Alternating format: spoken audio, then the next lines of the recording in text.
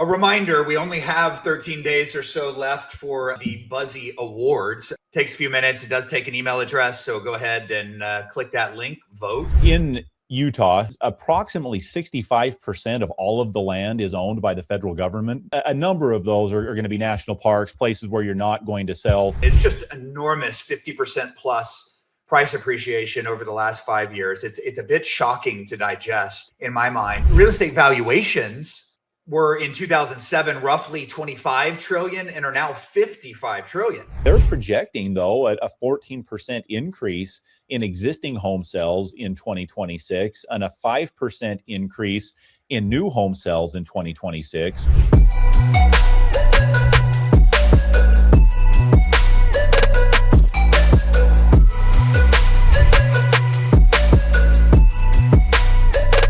Episode 70 of Market Moves with Mark and Jeff, two uninteresting guys talking about interesting times. Jeff, it's good to be here with you. We are recording about 13 days from the new year. You thinking much about these New Year's resolutions? I am, and you're noting episode 70 is on my mind, Mark. We obviously talked a little bit about the milestone of the prior episode as well last time, but yeah, it's always an interesting time. My wife's probably better than I am at like sitting down and making formal resolutions. I kind of tell myself if I should be doing something, I'm not going to wait for the new year to decide that I ought to be doing it. And I just try to implement it, on the fly. I'm not as good at that as I'd like to be, but I do have to confess, one of my resolutions for sure is going to be to look a little bit less like an amateur podcaster in 2026 than I have, for the last year and a half, 2 years that we've been doing this. So that's near the top of the list, to be sure. How about you? Yeah, well, even to now refer to yourself as an amateur podcaster, Jeff, is progress, right? We certainly couldn't have said that when we started, and we felt that when we started too. So we have come some way down the road here. Yeah, a lot of like physical health stuff for me. I've managed to return to the gym with the frequency that I needed, 4 and 5 times a week versus kind of 1 to 3. So I got like a good 6 month streak going on there. But the saying goes, you can't outwork a bad diet, and that is certainly the world that I'm in right now.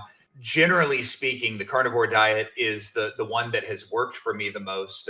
And Jeff, you and I have talked about it. For listeners, I'm not sure how much I have, but this can be an enormous amount of meat and nearly only meat. I think I've done this with a lot of success before, but I think this time around, there's a guy, Dr. Saltino, I think, that I follow on some social media thing, but works in honey and some berries and things like that I plan to, maybe even a little bit of rice.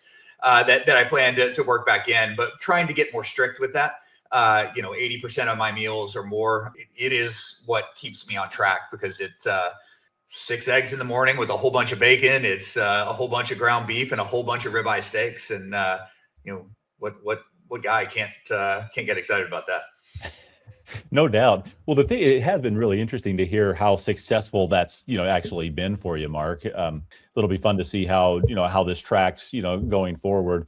I don't know if I could keep up with that pace of like meat and protein intake, although I suspect it may work, well for me too. I will tell you, if you don't have a smoker, you ought to invest in something like that and find a few ways to kind of mix up the preparation on it. I've had a lot of fun doing that, and that I haven't been eating exclusively meat, but we're happy to cheer for you for sure. You will find me at 5:45 a.m. often with the grill running and cooking up something. I grill at all hours. I use it 2 or 3 times a day. It's just propane for ease, because if I did charcoal or something every day, but I don't have a smoker. I help or watch my brother do it quite a bit, and and there is nothing better. But freezing, preparing, meal prep, and all that. That's where it's at. It's where I need to be going. So, are you a cheater with the Traeger type thing, or what do you do? Yeah, I'm a cheater.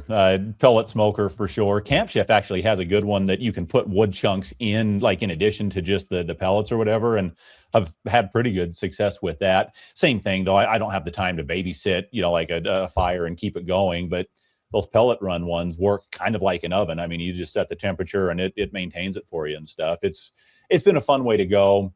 Given that you're the Texan, I think I'm going to impose on you some sort of smoking and, some sort of gun acquisition, for 2026, just to get you really to conform with your roots, Mark. It definitely needs to happen. It's a pace of life problem, or the life that I've built for myself, Jeff. I would prefer to be able to slow down a little bit and watch a fire over the course of 15 hours. I just haven't set myself up that way here. So maybe that is in and of itself a New Year's resolution. We'll see. I don't think I'm going to be able to accomplish that, though. Well, if you do, we could set up a couple of microphones and certainly record a podcast or two fireside, which would be kind of fun.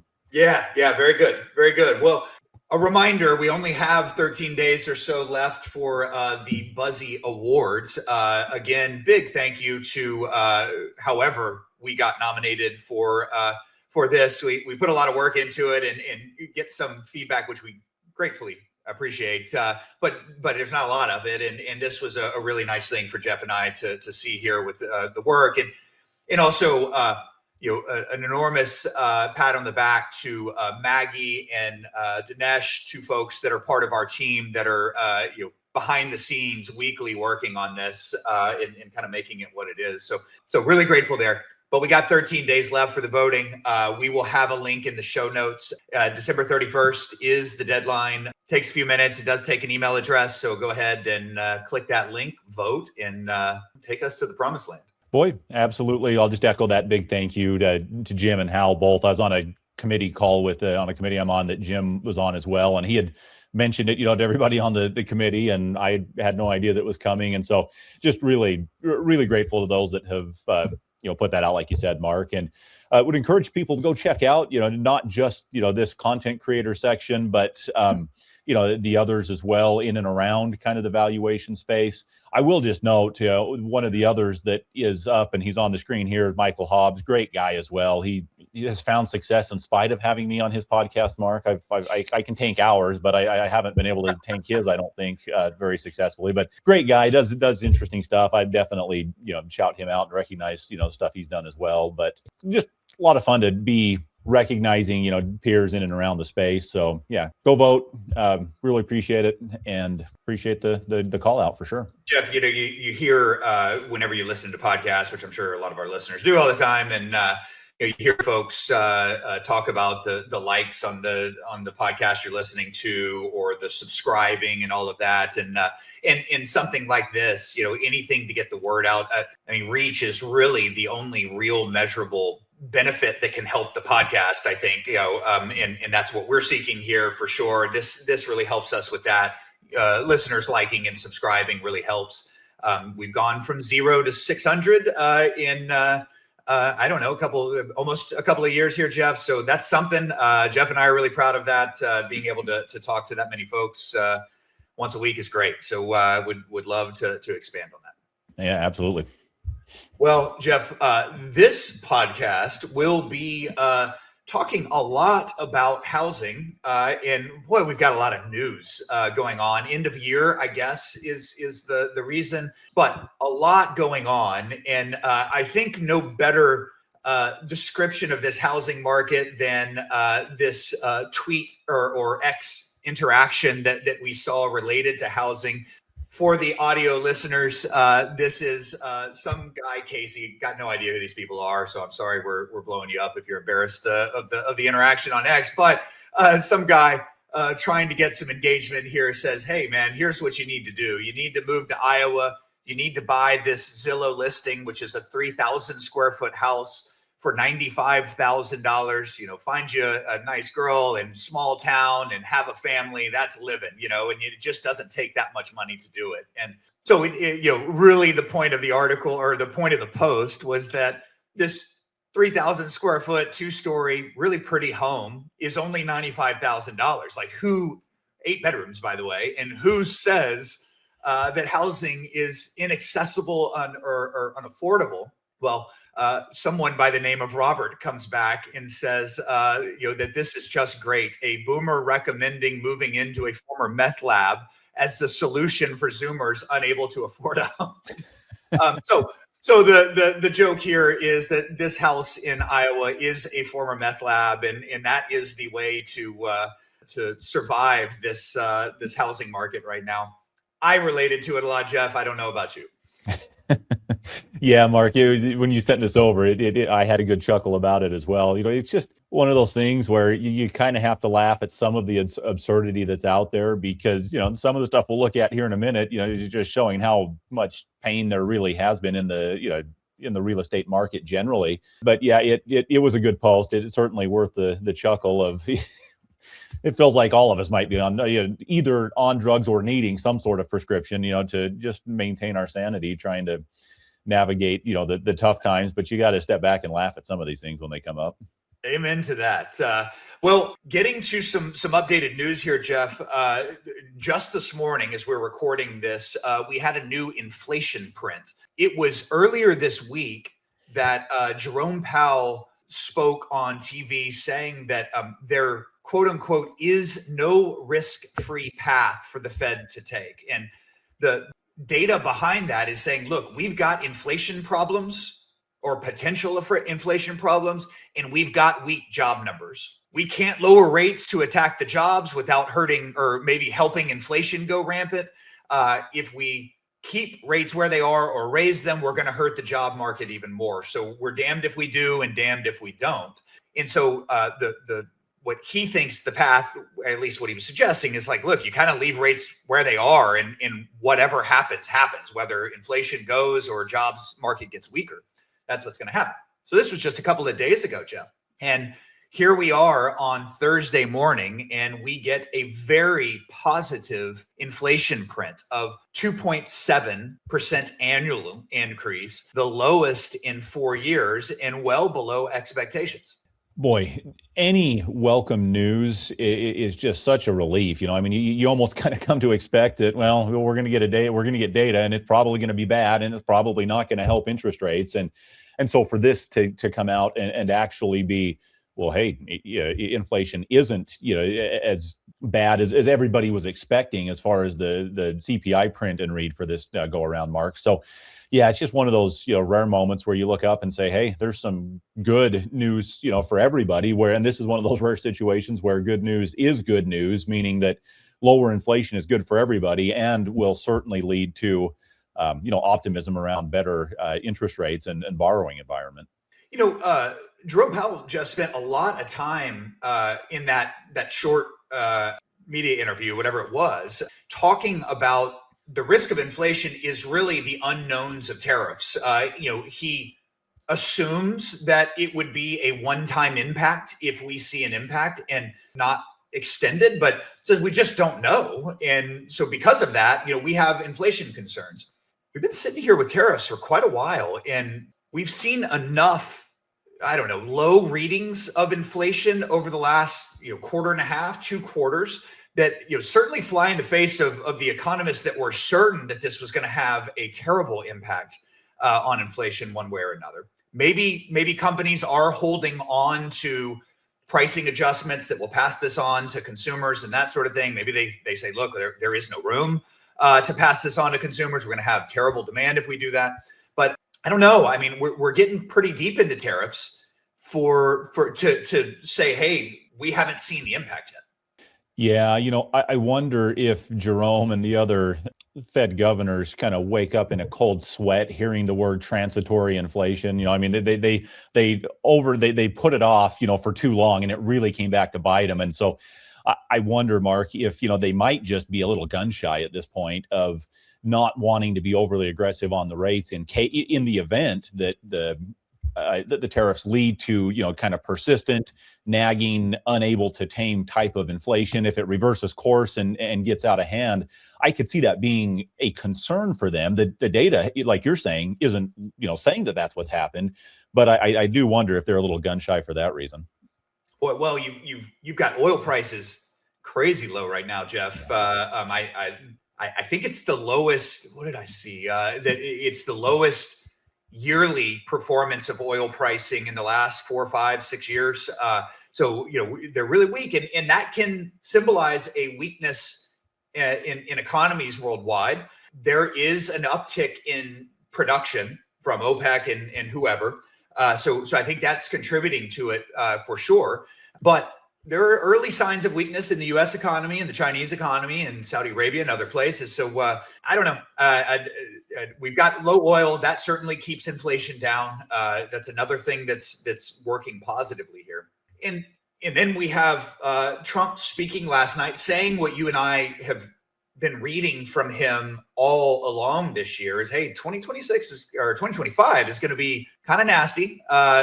We've got some tough things to implement and things to set in place here, but get ready for a roaring 2026. His speech last night was indicating preparation for that one way or another, and even, Jeff, inferring some major housing policy initiatives that should jumpstart housing. Yeah, and when you think about the timing, you're coming into the midterm elections, they've got to have positive, momentum, at least accomplishments to point to, whether they can or should take credit for it. But they need some positive momentum there. And I know that on the other side of the aisle, the Democrats are pointing to just affordability of everything from housing to healthcare to, every, food and everything else that you need. And so this, at some level, I read as an attempt to kind of counter that political attack, or stick that those that are up for midterm election fights are going to be beat with. But at the same time, I think, everybody recognizes that there is a housing affordability issue. And so to try to attack that as effectively as possible is, really in everybody's best interest. I think the challenge with housing affordability is, does that mean, loss of or lowering prices and loss of equity? Does that mean ease of funding to be able to continue to buy more? We've talked about those, that kind of dichotomy in the past, but one way or the other, I think, he certainly fulfilled the promise of nasty 2025. I think the hope is that, 2026, there is some reason for hope or optimism. And he's not the only one with it. We in a minute, we'll look at a slide, where NAR is projecting some positives in 26 over what 25 has been. So, I mean, that's something I can get behind for sure. Jeff, there's so many data points to pull from right now, and we'll be going through a number of them. But I know one that we're not going through, and I did want to at least touch on this podcast is this news that Fannie and Freddie have added to their balance sheet by some 25% over the last 8+ months. Kind of, I think, tied to the Bill Pulte reign of FHFA. The articles that I was reading that were talking about this is an enormous purchase of mortgage-backed securities, I think, to their balance sheets. And this has an effect of lowering rates. And I do wonder if this was an initiative to try and keep rates as low as possible, below 7%, while the Fed is not willing to help.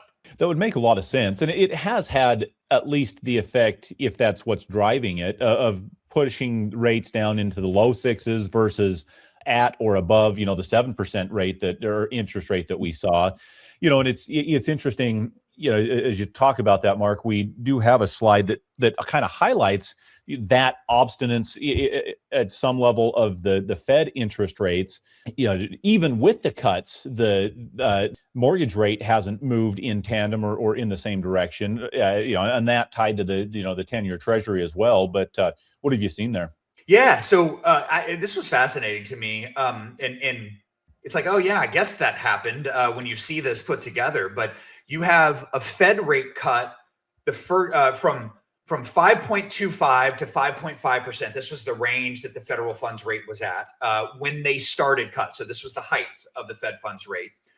It is now, with these series of cuts that we've seen, to 3.5 to 3.75. So this is 1.75 total in cuts, right? The 10-year yield, which is really what the mortgage rates are based on, the 10-year yield was at 3.8% at the time of the first cut. Today, after those huge cuts, incrementally over a year and a half or plus, the 10-year yield is at 4.114%. So it has gone up. And that it's what we feel. I think this is the real frustration in the housing market, in the mortgage market, for professionals like us that need activity. You would think that the Fed cutting rates would produce activity. It's just not really what we've seen here. And this is, I think, what explains it, is that the 10-year is just reacting opposite. And this is a phenomenon that is known as fiscal dominance, which is this situation where the Fed is sort of losing its ability to control monetary policy by raising and lowering these Fed fund rates. And it usually happens when you have high levels of government debt, persistent fiscal deficits. This is all what we have going. And it's a pretty amazing reality that we're looking at right now. Well, yeah, that's exactly right. And that's because on the one hand, the Fed controls their target short-term lending rate to banks. They don't control the bond market, for those operating in the market and trying to read the economic realities as they are. And so, it strikes me as well, Mark, that, when at the highest level of their Fed funds target rate of 5.25% to 5.5%, the 10-year Treasury is 3.8%. So it was meaningfully lower than what the short-term target rate was. And then you look up after their series of cuts, and now the 10-year Treasury is higher than what the short-term target rate is at 3.5% to 3.75%. And so, just interesting to see the market react. And that's one of the thoughts I've had, for some time as well, is that, we know that Jerome Powell's term is going to expire this coming year. Trump is going to appoint somebody who's favorable to cutting rates significantly, but there is an economic reality that even if you put someone in, and even if you cut the rate down from a target of 3.5 to 3.75 to 1.5 to 1.75, there's no guarantee that the 10-year Treasury wouldn't react in the opposite direction to that, and that mortgage rates might, potentially even go up from there. Now, I'm not expecting or projecting that to happen necessarily, but the point is just that these haven't moved recently in tandem with each other as you might otherwise expect, from a broader historical perspective. And I think that's because the president or anybody else might want artificially lower rates doesn't automatically mean that the bond market is reading that as being the conditions on the field. Well, no, I don't even know if that's the case. Does lowering the Fed funds rate, then I guess a question for me to go research, does this affect, we have a lot of national debt coming due. And I think that lowering these Fed fund rates allows us to refinance that more favorably. We talked a lot about that at the beginning of our podcast journey. We haven't talked a lot about it now. So I don't know if this 10-year staying up is preventing us from accomplishing that, but that's a real national concern. And I don't know, maybe this fiscal dominance concept is a signal that we aren't in an advantageous position to refinance a lot of that. Yeah, I think that's right. Yeah. That's right. Well, Jeff, so if Fed fund rate policy is not going to kickstart the housing market in 2026, but Trump last night was talking about major housing policy initiatives to jumpstart, what are the types of policies that he has been hinting at that can really make a difference? Let's run through a few. Opening federal land for large-scale housing developments. This has been talked about a lot. This is primarily on the West Coast. So expanding developable land to bring more housing supply online. That would have an effect of lowering housing costs, most likely. Notable, one article I saw headline was that new home lots are now competing with data centers around the country. Kind of interesting there. And, I think I saw Elon buying 85 acres or something next to one of his data center lots to install solar for the whole 81 acres to help power. That's interesting. I don't know how all that's going to shake out, but you have a lot of things. So this federal land thing, while sad to me on the face, may be something that can help. Massive deregulation. This is estimating, what I'm looking at right now is that building codes can reduce construction costs maybe 30-40%. But a lot of these codes are held at the state and local levels. How much federal influence can there be? I don't know. Immigration enforcement and mass deportation. We've talked a little on this podcast, at least in Houston for me. I run into anecdotes talking to builders that all of their buyers have dried up with these recent immigration policies that we're employing now. When Scott DiBiasio put this to us before Trump was elected, it's like, can that really make a difference? Is there that much demand out there? There may be, I think more than I had assumed. And I've got like four more. So innovative mortgage financing options. We have talked about the 50-year term, which I think can be helpful. I think that's a little counter, that positivity towards a 50-year mortgage is maybe counter to a lot of people. Maybe some ARMs, adjustable rate mortgages, tax incentives and opportunity zones. I think some of that we've done on a small scale have gone well. Reforms to HUD and other housing programs, and then lower energy cost requirements and that sort of thing. So these are some of the initiatives that we can get out there. I don't know how much of an impact they would have, Jeff, but I was kind of wondering, okay, he's talking about policy initiatives. Where can this go? Yeah, a really good question, Mark. And your name messes with me sometimes. A question mark is not what I meant to do, but I do it and then I hear it and then I can't unhear it. Yeah. But a really good question. I've known for a long time, but I've got a couple of interesting stats for you. In Utah, where I happen to be located, approximately 65% of all of the land is owned by the federal government, at least according to some quick on-the-fly Grok research. In Nevada, 80 to 85% is owned by the federal government, and in California, 46 to 48% is federally owned. Now, a number of those are going to be national parks, places where you're not going to sell, where they're going to get rid of. But there's a lot of land, that isn't in and around the national parks that certainly is available. I think the challenge is, that the housing needs are in and around the metro centers or across the country, right? So the federal government has large land holdings in certain segments of the country and certain parts of the state that those tend to be kind of the least populated areas. And so I think any one of these things on their own might not be the whole solution, but a combination of, housing availability, land availability, improved interest rates, or at least borrowing environment. One of the things I think I saw Bill Pulte referencing was, new construction financing possibilities or financing contractors, through GSEs. I know that hasn't happened at this point. I don't know if it will, but these kinds of, innovative or interesting ideas in aggregate, I think could combine to, make a real dent in the process, even if any single one of them may not, by itself move the needle a ton. The one I'm most excited about is that portable mortgage. They hinted at that. I have no idea how complicated that would be, but it would be exciting on a few levels, I think, and really addressing the problem. But Jeff, sign me up for the first lot in Zion National Park. I'm waiting. Well, knowing what stuff sells for around it, you bring your checkbook, Mark. Some of that stuff is not cheap. Although there are some remote kind of access stuff that because I live 45 minutes outside of the park. I've appraised stuff in and around. I even did one like literally surrounded by Zion National Park land. The guy, in fact, I think he was a commodities trader out of Chicago, bought this couple acre piece and built this really interesting, fancy house on it and stuff. But, kind of the anomaly that was not solving the housing affordability issue by any stretch, but some interesting scenarios around that for sure. I'll keep the extra cash for that first down payment or SpaceX IPO. I don't know which one it'll be, Jeff, but we'll see. Might depend on which demographic you fit in, Mark, whether you're putting your money in real estate or stocks. Yeah, right. Very good. Very good. Well, what do we have next on the agenda, Jeff? You bet. Well, so we've got a couple of things.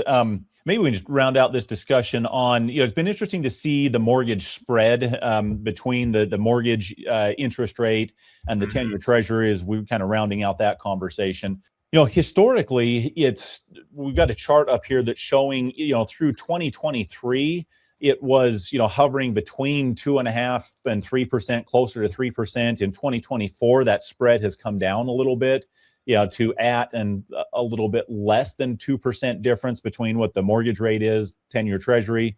Interesting, and I didn't realize this, Mark, but in 2025, it's been pretty well below 2.5%, inching towards a 2% spread. Yeah. So a positive sign, and especially if that trend holds. We've talked early on, probably early 25 and into 24 about the historically high, spread that it's been, and we're seeing that converge a little bit, which, I think is why we've got interest mortgage rates right now in the low sixes versus, the higher points that they've been, maybe this time last year and earlier. So, if that trend continues, I think we could have an expectation of of positive scenario for mortgage rates in 2026. Very good. Yeah, that it is encouraging, and I mean, it is the reason I think that we're down in the sixes. The kind of mid low sixes, 6.3 or 6.2, and we would be darn near 7 given where the 10-year Treasury has been at. If we can get any cooperation from the 10-year, we might actually see 6% rates soon without any other Fed action. There is. The Fed has done its part on that level to get rates low, but I think it's also the reason why a lot of people are next year not projecting much difference in the interest rates. Yeah, I think that's exactly right. And one of the things, and this will dovetail into kind of the next segment of stuff that we've got, but one of the things that we've seen with those, with that run up in the rates in 2023, basically, is a real drop in the volume. We had Keisha on from National Association of Realtors from NAR, and she had turned us on to some really interesting information just on their website generally. Anybody who's interested in housing data, a lot of really good information there. But a couple of things I thought we could just take a quick look at that emphasize things we've maybe touched on in the past, but it just blows me away when you look at the historic numbers. We've got a chart up on the screen for those that are viewing it that basically shows that from January of 2015 through January of 2020, the seasonally adjusted annualized rate of home sales in the United States have been at and kind of just hovering over 5 million sales transactions, dip and then a real spike, through the COVID years. But, from January of 23 through January of 25, we've been down well under that 5 million mark, more in the range of 4.5 million, give or take. And that's been a pretty steady, 3-year trend, where we're just historically well below what we have been on the transactions, which, was setting up for, or just kind of putting some stats around the realities we've been living for these last 3 years. And that's directly correlated to when the interest rates, really started to jump up to try to tame this inflation problem that we were having, through 2022. Jeff, I was listening to a Housing Wire podcast this morning from interviewing Mike Simonson, who's the chief economist for Compass, had founded Atlas in a prior role. It was saying that I think we're going to end up around 4.1 million sales this year. Their projection for 2026 is about a 4% increase to 4.125 million or something like that. So an improvement, and this was a meaningful improvement. You have to get a magnifying glass to see the uptick in the most recent numbers there, but it is there. And boy, will you see a lot of headlines screaming about the improvement, the best year-over-year we've had in a while, and month over month, and that sort of thing. It's an uptick. It's the right direction. So I'll take what we can get. You and me both, Mark. And that's just overall sales transactions. We have this underlying reality, though, that the population generally has been growing. And so one of the other stats that NAR's put out is, the total home sales per 1,000 residents, is still at a very low perspective, because you've got, an increasing population with this historically low number of sale transactions taking place. And, so just interesting to kind of, emphasize the point that there's a lot of room to run as far as getting back to normal rates of transaction volumes, both overall number of sales as well as just number of people as a percentage of the population, buying and selling homes. It really has been frozen for 3 years. Jeff, we talked a little bit about this, and I know we have a slide a little bit later, but is there a new normal, right? Is buying habits or investment habits change from the typical U.S. home buyer or of home buying age? There have been a lot of changes there, and I don't know what the normal is right now. It does feel to me, and it probably feels that way to you and the listeners a little bit. It's if you're trying to follow this with any level of predictability, there are just so many currents, I guess, that are tailwind, headwind. That's mixing metaphors there, but I mean, I just don't know how to read it all, and none of it makes me feel very comfortable. And I'm not sure. I think the question I'm asking a lot of myself is, can we rely on historical norms as a go forward? Is there a regression to the mean at some point? And is it a new mean that we'll be establishing? Yeah, or does it just take longer to get back to the mean than you thought or expected? And I don't know what the answer to that is either, Mark, but I do definitely agree that there are so many swirling currents that it's easy to pick up on one trend or one set of data and say, hey, I've got the inside track. Here's where the market's going, because it's just not easy to predict. And on that vein, I'll transition us into, I never would have predicted, especially as COVID was coming out, that we would have seen the run up in home pricing that we have. And this speaks to the situation that we find ourselves in today. But part of the slide deck that NAR had on their, or has on their website, is just a run up in the pricing from the first quarter of 2020, pre-COVID, pre-pandemic, to first quarter or second quarter of 2025, of this year. And it was just interesting to see. We just talked about, I'm sitting in Utah, a 62.5% increase in home pricing, over that 5-year period of time, 5.5 years. 51% in Texas, where you happen to be sitting. Some of the real outliers or kind of top of the market changes, the Northeast, Maine up there, it looks like, Connecticut, 69, 71, 80% change, increase from, over that 5-year period of time. Florida with almost a 70% increase. Just kind of mind blowing to sit back and say, man, that happened in about a 5.5-year period of time. And when the pandemic first set on, I thought, crap, housing's going to be in trouble. Everything's going to go down. And it sure ran the other way and ran fast. Jeff, I have so many thoughts with this graphic, and it really is a sight to see for the audio listeners. It's worth seeing. I mean, it's just enormous, 50% plus price appreciation over the last 5 years. It's a bit shocking to digest in my mind, and this speaks to me on a number of levels. The first is this credit creation theory that I'm not sure many of our listeners were able to stay awake through, but that this means a lot more money printing, and a little bit of that Ponzi scheme-ish sort of setup where you're just creating more money on each of these loans as things are going up. Not a whole lot of logic on how it goes up. I mean, I think early on, maybe it was a really limited inventory argument that resonated with me, but boy, it doesn't necessarily feel like that right now. It feels like a much lower demand for housing, or new buyers coming in. I see this also, and I think of myself, a 51% increase, however that applies to my personal situation. But what this really means to me is it probably was some 60% at some point during the last 5 years. And now it has dropped, because what have you done for me lately? And I am looking at prices dropping from what they were 6, 7, 8 months ago, longer, whatever that is. And so it's almost a negative for me in my mind. I've played out or reasoned out the upticks before that. And so, you've got articles or headlines all over the place about the number of listings being taken off the market by sellers there. And it's all because they thought they were going to get X for the house. The market is not willing to pay them X. And they say, screw this, I'm pulling it off. I'll wait later until I get what I knew it was worth 8 months ago. And then the last thing that I see here, Jeff, is home inaccessibility for people that were not in the housing market over the last 5 years that contemplate getting into it now. Man, it is that much more expensive. Not to mention the rate differences that exacerbate the problem. So just a lot to digest with what has happened during these interesting 5 years. Yeah, it really is. And you make good, each of those are great points. The affordability, it's not just that pricing is up 50 to 60% on average in most states.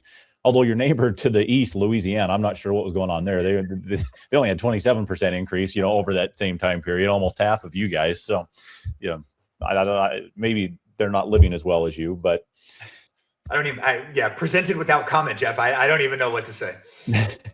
I have no context around it other than that they're kind of the laggard. But the point is just that the pricing is way up, but so too are interest rates. And that's why it's been so hard to get, the market unfrozen in terms of like the number of transactions that are going on.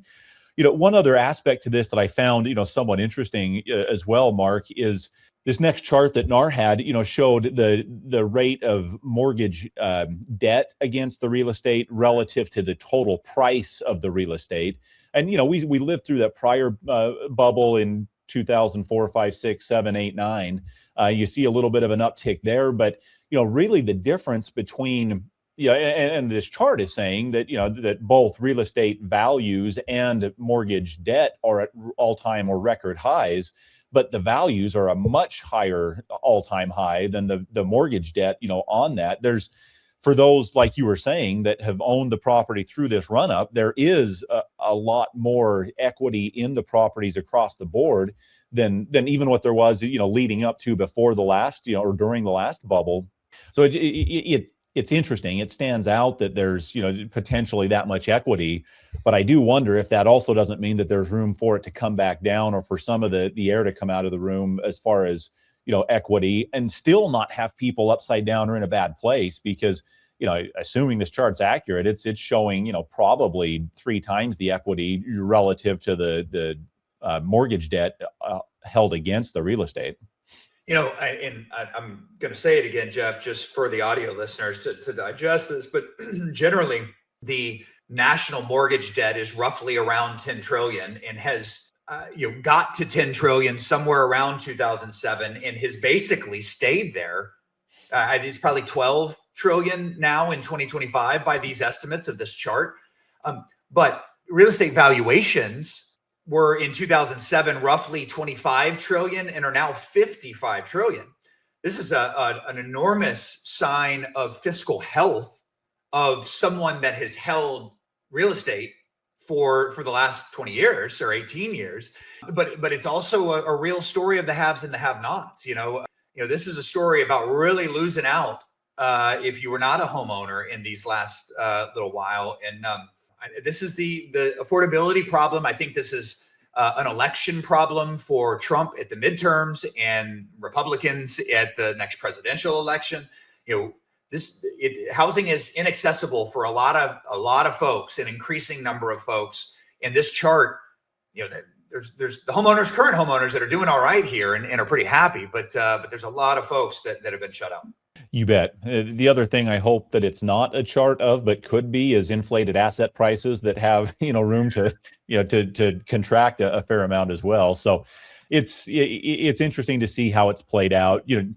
Kind of related to that, you'd shared this chart with me, and unfortunately, it doesn't go through 2025. It stops in 2022. But you did a good job of putting the numbers to the chart that we looked at last time, Mark. So I'll try to do the same thing here. But this is showing that in 1970, there was not that much of a spread between the cost to rent versus the cost to buy a home. $225 to rent versus $190 to own. The relationship between the cost to own versus the cost to rent is really really interesting. It dipped below where it was cheaper to rent than to own at one point in the 2010s, kind of through the great financial crisis. But boy, it sure spiked, up to the latest print on this is in 2022. But the cost to buy is estimated at about $2,700 a month at that time point, where the cost to rent was about $1,850. So just a massive spread between the two relative costs, and we see that as the valuation has gone up, and it's been then too, as the interest rate's gone up, the cost to buy and service the debt on a home has just really outpaced the rental market, which again, tells me, hey, there might be indication that there's room for some, narrowing of that gap again, whether interest rates get better, values come down, or a combination of the two. Now, we don't have data for the last couple of years on this chart, but my sense is that I don't know how much the gap has narrowed in that time period. Yeah, I think cost to buy has come down some, but boy, rents have probably come down more, as best I can tell. It's certainly in the markets that were surging 2 and 3 years ago. So, I would assume that if this chart were made current, that we would see a little bit of a shrinking of the cost to buy and cost to rent. But if nothing else, probably expanding the gap a little bit as reductions in rents outpace reductions in housing cost. Yeah, it's this is what we've got to fundamentally address one way or another. And I think natural forces are a long ways away from addressing these things. I think you're right. And part of the reason that this kind of came to mind is the discussion, that you had about what the administration's trying to do and many others to address the housing affordability challenges. For me, it's helpful and it's insightful to look at these from different angles. What are some of the realities on the ground or on the playing field as we see them? And this big spread right now today between, cost of rent versus cost to own tells you that something's got to give if you're going to have a return to home ownership and just increasing transactions. I think that's what's happening is transactions are frozen. You got more people renting than buying because there are fewer willing to transact for the various reasons that we've talked about. Jeff, before we leave the slide, I think too, this is that market we've covered extensively, which is the home builders attacking that cost to buy. Yeah. And it takes more and more weaponry to attack it, right? We are seeing builder incentives, increase consecutive months for, 12 plus months, getting really low. And I've seen a lot of videos of realtors or people processing foreclosures talking about an increase in that. And some that are saying, hey, look, man, these builder incentives might seem green flags to you, but you ought to look at them as red flags because you're going to be locked into that house for quite a while because you're going to be upside down immediately until the market improves. And so if you have to do something different, refinance is not available to you. Maybe there's no better rate around the horizon, or you're just underwater and a refinance is not possible. And you can't sell to get out of it and fully recoup. So, I've seen some videos increasing on that, which just signal, at least anecdotally, some additional pain in the market. Yeah, I hope that, because you had referenced the lowering cost of oil, I hope that we can see some relief in input costs, cost of materials and cost of labor to really help, provide a kind of a fundamental shift that would be a sustainable movement towards, affordability that isn't like this artificial buying down of rates or something, but you can just actually produce the product for a lower cost or whatever. I don't know. I've seen enough data points to totally get there, but my hope is that it can be. And it's an interesting conversation. I think we probably wrap it up with a couple of forward-looking projections that what might 2026 actually look like. NAR has basically shown that existing home sales in 2025 didn't change at all. So, 24 was bad and so too is 25. Welcome to our reality. They're projecting, though, a 14% increase in existing home sales in 2026 and a 5% increase in new home sales in 2026, which, boy, we would certainly welcome increases in those transaction volumes by a long shot. Yeah, that job gains is really interesting too. We won't have time to get deep into it, but it seems like these are like job gains that have occurred this year, and I think are projected to occur next year. Are all private jobs. The federal government is shrinking, not growing. I'm excited about that prospect. And then these are domestic-born jobs that are happening, and I don't think the investment into the United States that has been promised, I think I heard the number of $18 trillion freaking dollars. None of that's really kicked off yet. And that's a lot of domestic job, where the jobs we were adding were a lot of foreign born, it seems, based on the numbers and the headlines that I'm reading. Hopefully I'm not wrong there, but in being led down a wrong path. But yeah, these are things that can help future home buyers for sure. Yeah, I think so. I mean, I hope so anyway. And my takeaway was that in spite of how tough things have been for the last 3 years, if NAR is even directionally correct, a significant uptick in existing home sales, new home sales increasing in 2026. And I didn't point this out, but in 2025, they're showing a 2% decrease in the total number of new home sales. So, that part is interesting. Modest price increases. They were showing 3% in 2025, going 4% increase in home price in 2026, and a mortgage interest rate at 6%, down from maybe an average of 6.7 in 2025. If they are looking into the future with any degree of accuracy, at least it's showing, maybe a turning of the tides a little bit, which, as we round out 2025, I think would be welcome news and certainly something to look forward to in the coming year. Very good, Jeff. Well, this has been a good conversation covering sometimes can be a little bit of stale news cycle on housing. It doesn't feel as stale, especially as we're sort of wrapping up 2025, as it relates to housing and looking at 2026. Good stuff there. I got my Texas A&M Aggies playing the Hurricanes at 11 a.m. Why we got the morning game, I don't know. I know that they are serving free beer to tailgaters. It's going to be rowdy despite being 11 a.m. We need a win. Where are they playing? In College Station. Oh, wow. You going to be there? I wish. No, I am not. Well, it's been fun to see the year that they've had, man. Congrats to them, and I'd love to see them run as far as they can. I mean, it's been kind of fun to see this playoff, like evolve, the way that it has, from just the BCS is going to decide who the champion is to actually playing it out. It's not, a full college basketball, bracket yet, but it's fun to see it competitive and see some people there. I've been, kind of from my grandpa's influence, a BYU fan forever. And it's been fun to see the great year they've had. They were just barely left out of the playoff, and fine. I've had a great year, but I've been kind of watching your Aggies as well, and been fun to see them do as well as they have. At some point, we got to talk about the private equity entry of University of Utah athletics, and private equity being talked about into an entire conference. I think one way or another. I don't remember which conference, but what a world. I can't imagine all of this is going to end up in a better place than where we were, but we'll see. Yeah, for sure. That'd be a lot of fun to dive into. If it turns into a minor league or a G League or whatever the NBA is calling their development league at this point, I mean, does it actually lose some level of interest if it's just, NFL light or pre-NFL or something? Or does it add to it? I don't know, but and football certainly has the majority of eyeballs, as far as any sporting event. So yeah, it'd be fun to look at that. It's a very evolving landscape for sure.